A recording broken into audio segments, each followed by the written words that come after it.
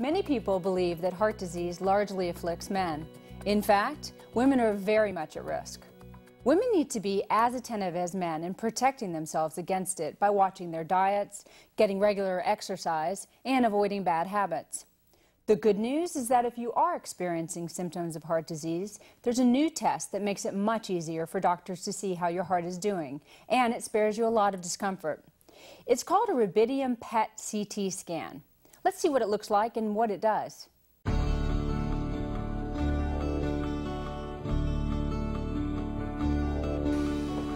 Ringwald. Oh, yes, how do you do? I'm Dr. Dilsizian. How are you? Nice to meet you. Welcome to Unison, Maryland. After doctors discovered that she had 2 blocked arteries, Mary Ann Ringwald suddenly found herself in an operating room, having open heart surgery. So I was like in shock. I really didn't expect this. I had no preparation for it at all.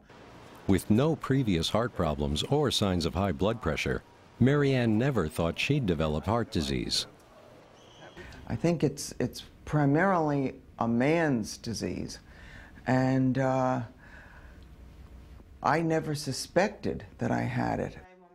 Now, less than a year after her surgery, Mary Ann is back at the hospital because she's feeling chest pain. When is the last time you had chest discomfort at home? Actually, it was Tuesday. Heart disease is the #1 killer of women in the United States, according to the National Institutes of Health. And while it can form at any age, by the time a woman hits menopause, her risk for heart disease increases significantly. According to the National Heart, Lung, and Blood Institute, 1 out of every 4 women over the age of 65 has some form of heart disease. Dr. Vaskin Dilsizian, professor of medicine and radiology at the University of Maryland Medical Center, says these statistics are prompting cardiologists to pay closer attention to the heart health of women of all ages. We always thought that women were protected by estrogen, that premenopausal women do not get coronary disease. However, we've learned more recently that that's not the case. All against those tights. Good. It's still common practice for doctors to diagnose a patient's heart condition with the help of a treadmill stress test. The test helps doctors determine if a further medical procedure is needed to unblock a clogged artery. Feet out in front of you like this. Miss Scott, how are you doing? Okay. Good. During this test, the doctor observes the patient's heart through what's commonly known as SPECT imaging. The test can detect advanced heart disease, but it typically takes 4 hours to get results. Now, there's a faster way. Come this way. Today, Mary Ann Ringwald is one of the first patients in the country to have her chest pain diagnosed using a new type of imaging system.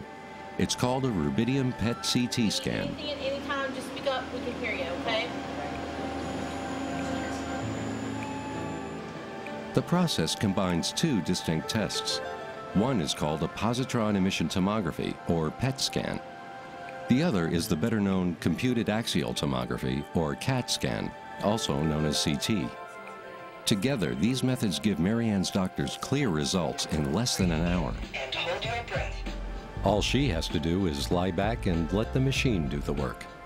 And the other part of that is that the patient doesn't even have to leave the camera because the patient kind of moves in from the PET to the CT. The table, in essence, moves, not the patient. Because the still common SPECT imaging process is less detailed, a cardiologist who sees an abnormality would likely follow up with an invasive procedure known as a cardiac catheterization to determine a patient's condition. But armed with the image from a rubidium PET scan, the doctor can move ahead to treat the patient through intense medical therapy and a change of diet and exercise. This is the same patient, so it's the same size, the same soft tissue, the same attenuation. What is different is the technology. The rubidium PET part of the scan not only shows doctors information about the heart's anatomy, it also shows how it's functioning, all at the same time. At this moment, we're going to do the test injection. The PET scan gets images by detecting the radioactive tracer rubidium. It's injected into the patient, but it's only in the body briefly.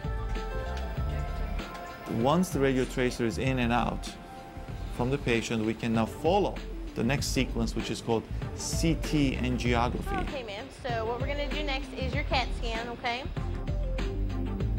The CT part of the scan uses rotating S-ray beams and can determine if an artery is narrowed or blocked. In essence, what we're getting with this combination is when is the best time to intervene surgically or invasively, but more importantly, can we treat these patients with medically aggressively and prevent subsequent surgery or angioplasty? An example of the new system's greater accuracy is its ability to measure blood flow.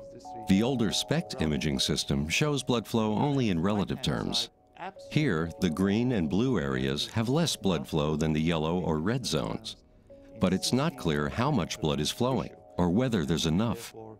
That means the diagnosis will only be as good as the experience of the interpreter who evaluates the SPECT image. It does vary from center to center, reader to reader. PET-CT images, however, show the patient's condition in numerical, quantitative terms.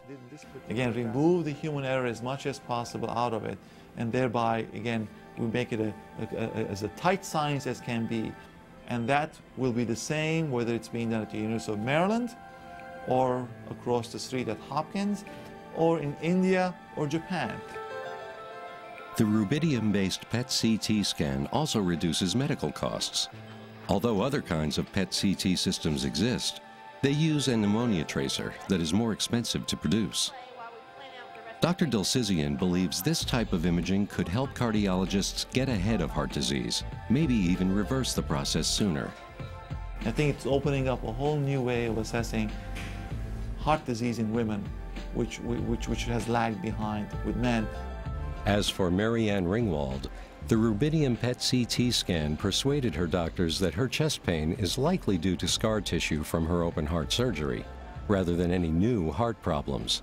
I think it's wonderful, really, because if they could do this without all of that invasive procedure, it would be a lot better. Marianne's plan now is to take it easy for a while. For her, as for medical science, every step counts in the fight against heart disease. I'd like to welcome Dr. Christopher DeFilippi and Dr. Jackie Brunetti to our studio. Dr. DeFilippi is a cardiologist and associate professor of medicine with the Maryland Heart Center at the University of Maryland Medical Center. Dr. Brunetti is the medical director of radiology with Holy Name Hospital in Teaneck, New Jersey. Thanks to you both for being here. First of all, I would like to know a little bit more about heart disease and some of the causes of heart disease. Well, the primary cause of heart disease, at least in the United States, is atherosclerosis, or narrowing of the coronary arteries. This leads to most heart attacks and most fatalities due to heart disease. It's caused by a number of risk factors. We think a lot about diet, fat in the diet, cholesterol in the diet. We think about cigarette smoking, high blood pressure, diabetes, of course, advancing age. Dr. Brunetti, I know so many people, women in particular, are diagnosed or have heart attacks and have heart problems. Why do you think there's so little publicity that's done for women in particular? Well, I think it's because the women present in a different way than men with heart disease, and their symptoms may be very different from a typical chest pain with radiation to the arm.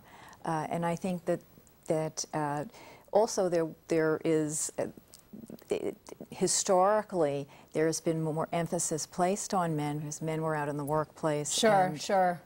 And that's all certainly changed. Yeah. You just talked a little bit about smoking, for instance. Mm-hmm. Smoking, obviously, exercise. What are some of the other ways to best avoid a heart attack? Well, certainly addressing risk factors and addressing them as early as possible are some of the best ways. So this would be primary prevention for most people. You know, other ways are to look for symptoms or signs that might be early presentations of angina or poor blood flow to the heart. What about genetics? Genetics, certainly in a crude manner, we look at family history, and we look at that in men who have a first-degree relative who've had a heart, or men who've had if you have a first-degree relative who is a male who's had a heart attack or died of heart disease before age 55, that's certainly a risk factor for perhaps early atherosclerosis or myocardial infarction or heart attack or death. Or if you have a first-degree relative, that would be a parent or a sibling who's a female who had a heart attack before age 65. Okay. Dr. Brunetti, do you think that a lot of the warning signs for women are the same as for men, and should they avoid it the same way as men should? I think clearly dietary issues, smoking issues are very important. But again, women do present differently, and the problem with diagnosing heart disease in women has been the difficulty in actually screening women and having a test that is accurate enough to be able to diagnose the heart disease with the greatest amount of accuracy. Now, if you already have heart disease, can you actually reverse heart disease? To a certain extent you can. If you address those same risk factors, you can certainly reduce your risk, and particularly with aggressive diet and cholesterol lowering, you may be able to reverse some of the cardiovascular disease. And tell me, I always pronounce this wrong, the rubidium, because it's so new. I'm just so unfamiliar with it. The PET CT scan, the rubidium scan, tell me just a little bit about it quickly. Well, what this is, PET technology is really new technology for the patient, and PET imaging has been evaluated really for decades, but it's only recently that the PET agents have been commercially available, and the technology has been developed that is able to bring this to the community hospital rather than just have this in the university setting, right, so that it's become more available We're to going to patients. continue with this conversation in the next segment, so hold on one second. We need to take another break. We'll be back in just a moment to hear more from our guests. True or false? Men have a faster heart rate than women. What is the answer? False. The average resting heart rate for men is 70 beats per minute, while women have an average of 75 beats per minute. Welcome back. We've been talking about a new tool for diagnosing heart disease with Dr. DeFilippi of the University of Maryland Medical Center and Dr. Brunetti from Holy Name Hospital in Teaneck, New Jersey.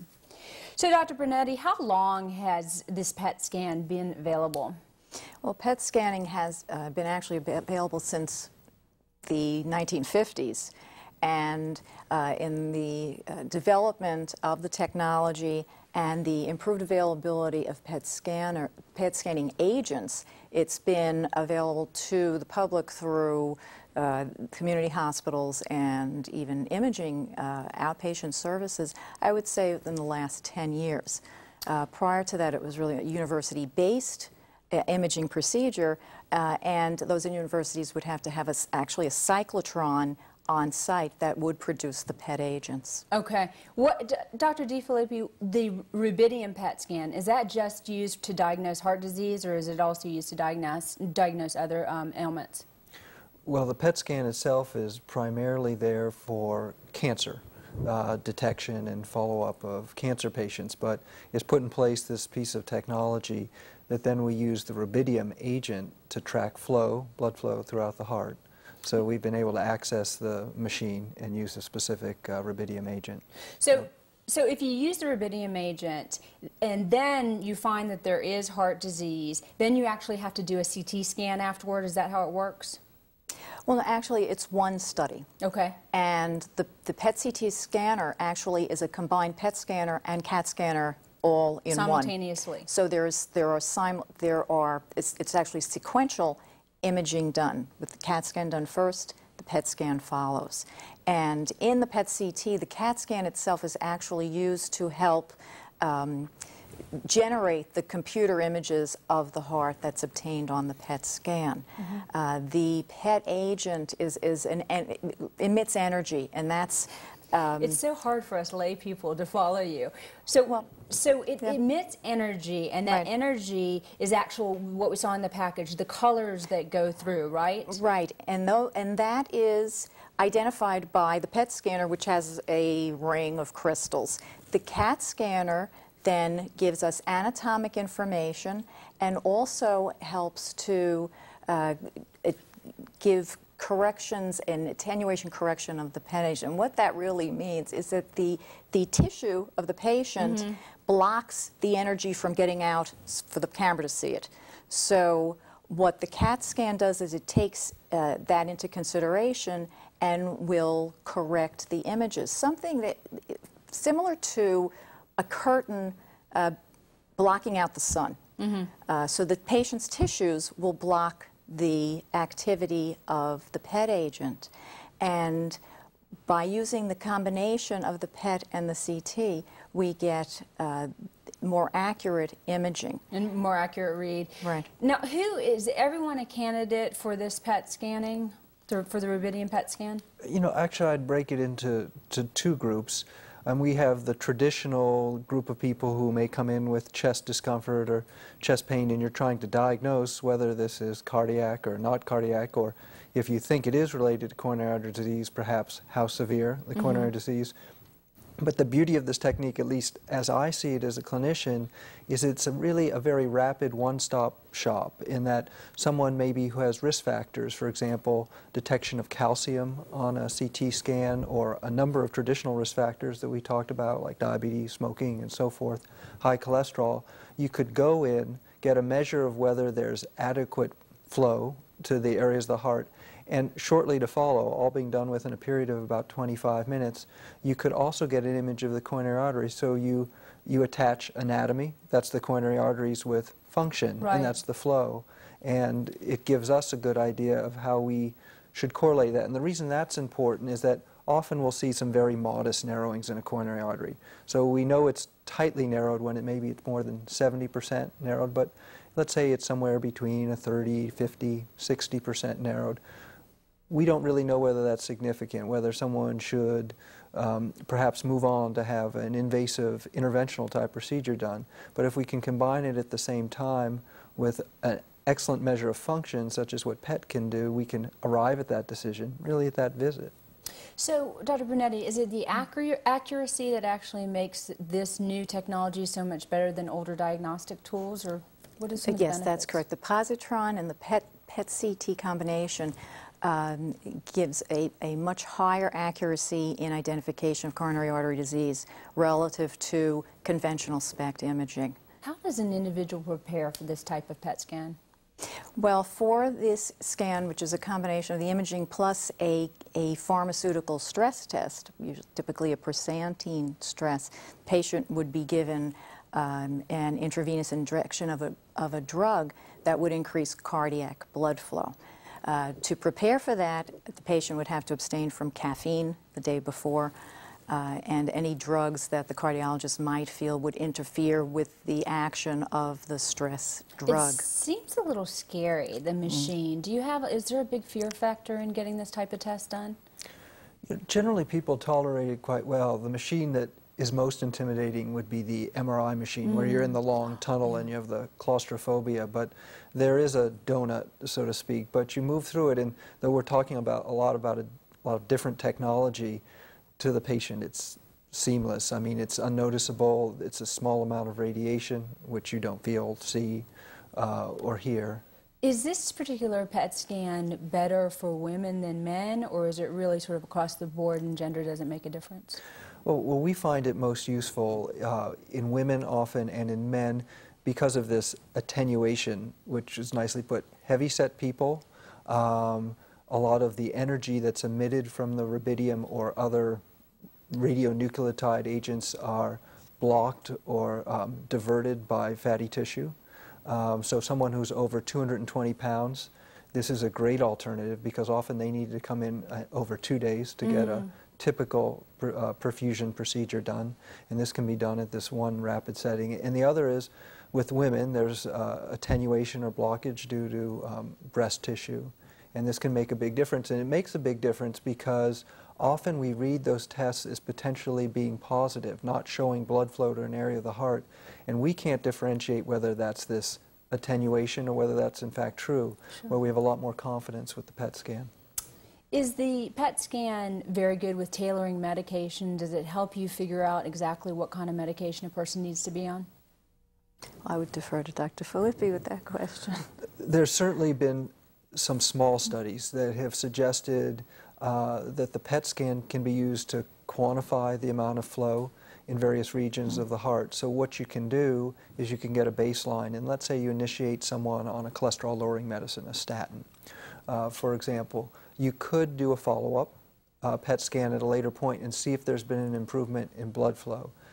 Now, these have been small studies as compared to the very large studies that we often see in the news. And so I think it's not quite definitive, but it's certainly intriguing. Mm-hmm.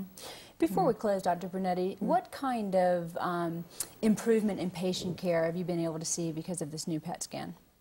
Well, what we're able to see is improved accuracy. We've had a series of patients that we've studied who've had both conventional SPECT imaging and then have gone on to have PET imaging because of non-specific findings or abnormalities seen on the SPECT scan and still questions of whether or not this was truly coronary artery disease.